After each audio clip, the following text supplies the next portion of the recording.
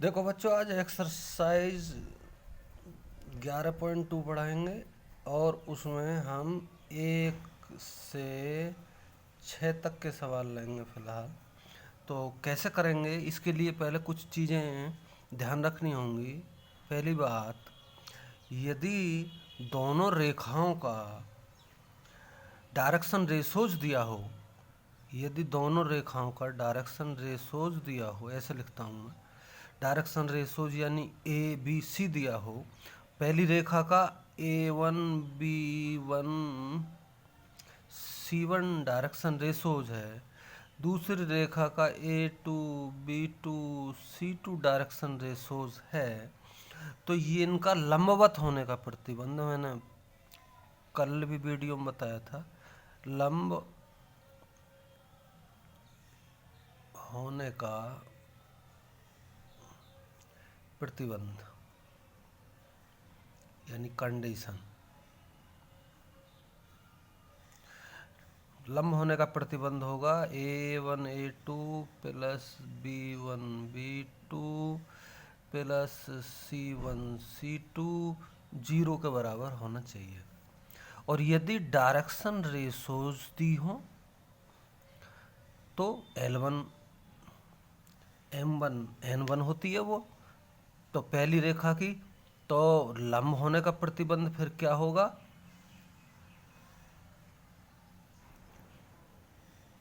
होने का प्रतिबंध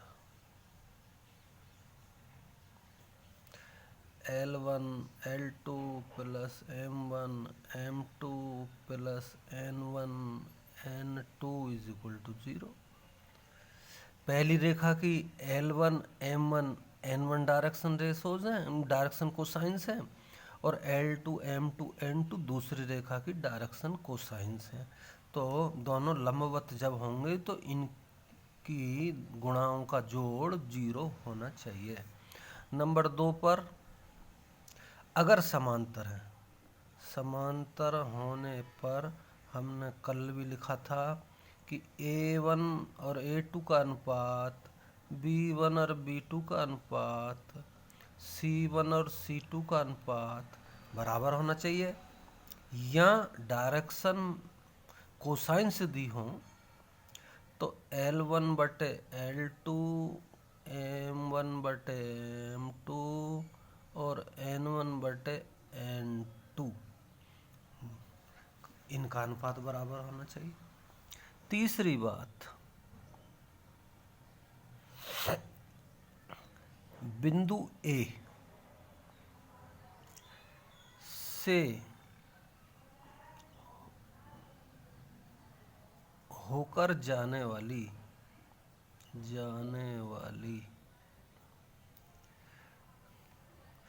तथा B वेक्टर यानी सदिश V के समांतर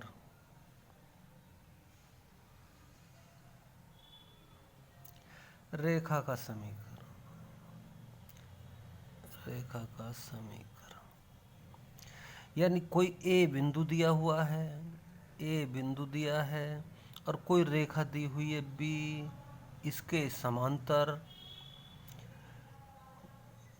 तो मान लिया मैंने O कोई बिंदु मान लिया और B के समांतर इसी बिंदु से एक लाइन खींच दी हमने, तो इसके डायरेक्शन रेशो जो हैं सो इसके होंगे। तो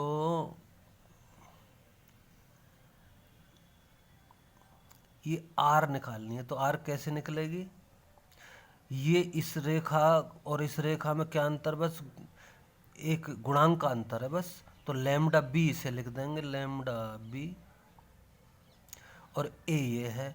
तो वेक्टरों का जोड़ कितना होता है, ए प्लस लैम्डा बी, तो आर आ जाएगी।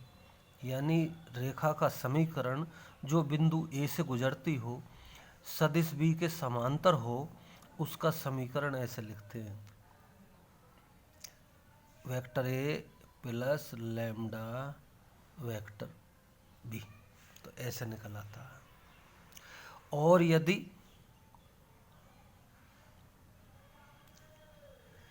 चौथी बात ले लें, चलो, ए से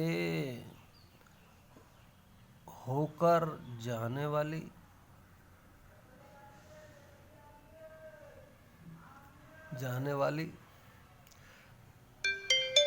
एवं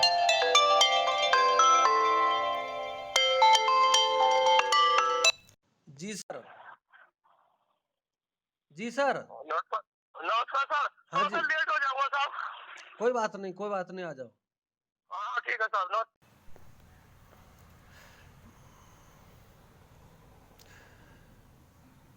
ए से होकर जाने वाली एवं डायरेक्शन रेशो ABC वाली रेखा का कार्तीय समीकरण ये इस तरह का होगा। x minus x1। x1 क्या होगा? x1 y1 z1 तो ये बिंदु है और a b c दिए हुए हैं, तो y माइनस वाई वन बटे B is equal to Z minus z1 बटे सी। इस तरीके से होंगे। 1 से 6 तक के सवालों में ये इस्तेमाल होगा। अब पहला सवाल जो हमारा है, पहले सवाल में डायरेक्शन कोसाइंस दिए हैं और डायरेक्शन कोसाइंस दिए हुए हैं तो पहला बिंदु है कोई,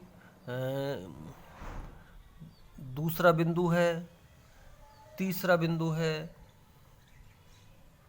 चौथा बिंदु है, ऐसे कुछ हैं।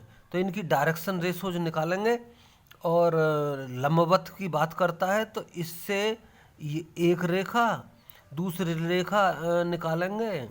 अगर लंबवत है तो प्रतिबंध वो ऊपर हमने दिए हैं, तो स्वयं करके देखना, डू योर सेल्फ। दूसरा सवाल,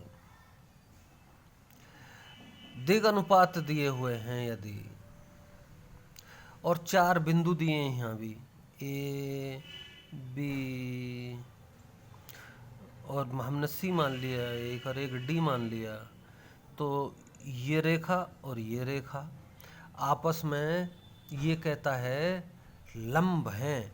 तो लंब होने के लिए इसकी डायरेक्शन रेशोज निकालें। तो डायरेक्शन रेशोज निकालें ए बी की,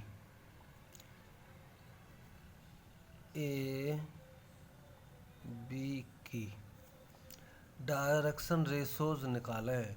तो डायरेक्शन रेशोज कैसे निकालते हैं? यानी x2 माइनस x1 ये ए हो जाएगी, y2 माइनस y1 ये बी हो जाएगी, z2 माइनस z1 ये सी हो जाएगी। यानी ये हो गई, ये बी हो गई, ये सी हो गई। और पहली लाइन है तो a1 b1 c1 हमने लिख दिया। और सी डी की डायरेक्शन रेशोज वो भी फॉर्मूला यही होगा इसकी। ये x1 y1 z1 मान लिया, ये x2 y2 z2 मान लिया, तो x2 minus x1 y2 minus y1 और z2 माइनस z1। तो ये हो गया हमारा A2 B2 C2। अब लंब होने की बात है, तो लंब होने पर हम देखेंगे कि A1 A2 plus B1 B2 plus C1 C2 ये 0 के बराबर होना चाहिए, इज इक्वल टू 0 होना चाहिए। तो देखेंगे अगर ये 0 आएगा तो हम कहेंगे कि दोनों समीकरण, दोनों रेखाएं आपस में लंबवत हैं। लास्ट में ऐसे लिख देंगे। और तीसरे सवाल में समांतर होने की स्थिति पर, समांतर होने पर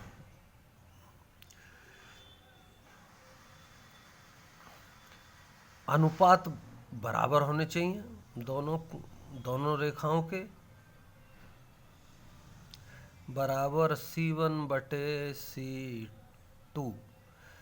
तो ये बराबर होने चाहिए, बराबर जो भी कुछ आए, बराबर जो भी कुछ आए सबका बराबर बराबर आएगा। और वो मान लो हमने कुछ भी आ गया, टी आ गया, टी मैंने मान लिया, माना जो भी आया होगा, तो हम कहेंगे कि वो दोनों रेखाएं समांतर हैं।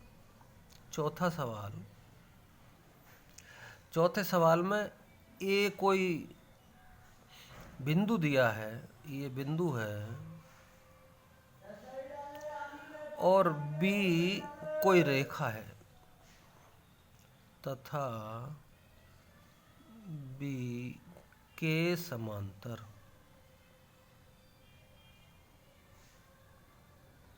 तो समांतर सदिश समीकरण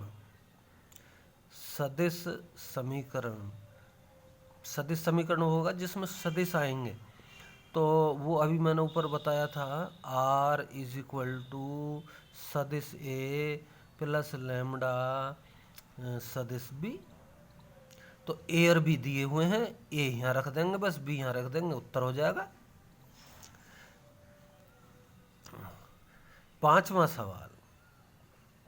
सवाल में दोनों चीज दी हुई हैं, यानी यो पूछता है बिंदु दिया हो, यानी बिंदु दिया हुआ है, बिंदु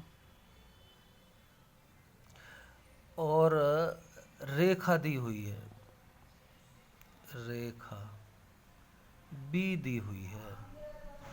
तो पहले तो सदिश रूप में समीकरण लिखना है रेखा का।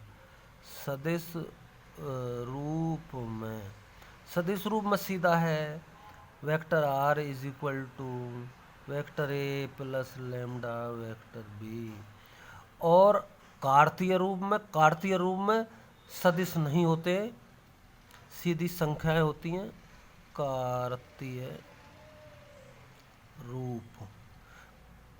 कार्तीय रूप में कैसे? कार्तीय रूप में ऐसे होगा, x - x1, और x1 होगा यहाँ, i के पास वाला x1, j के पास वाला y1 और k के पास वाला z1, ऐसा होगा अपॉन। और रेखा b में जो i j k के पास के होंगे वो a b c होंगे। तो a = y - y1 बटे b = z - z1 बटे c। और अगर a हमारा इस तरीके से दिया हुआ है, 3i - 2j प्लस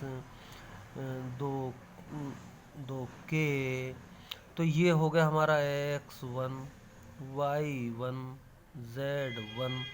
और यदि b रेखा दी हुई है 3i + 7j प्लस 5k, तो ये a b c है, बस इसमें वैल्यू रख देनी है, तो ये दोनों चीज निकल कर चली आएंगी। छठे सवाल में क्या करना है?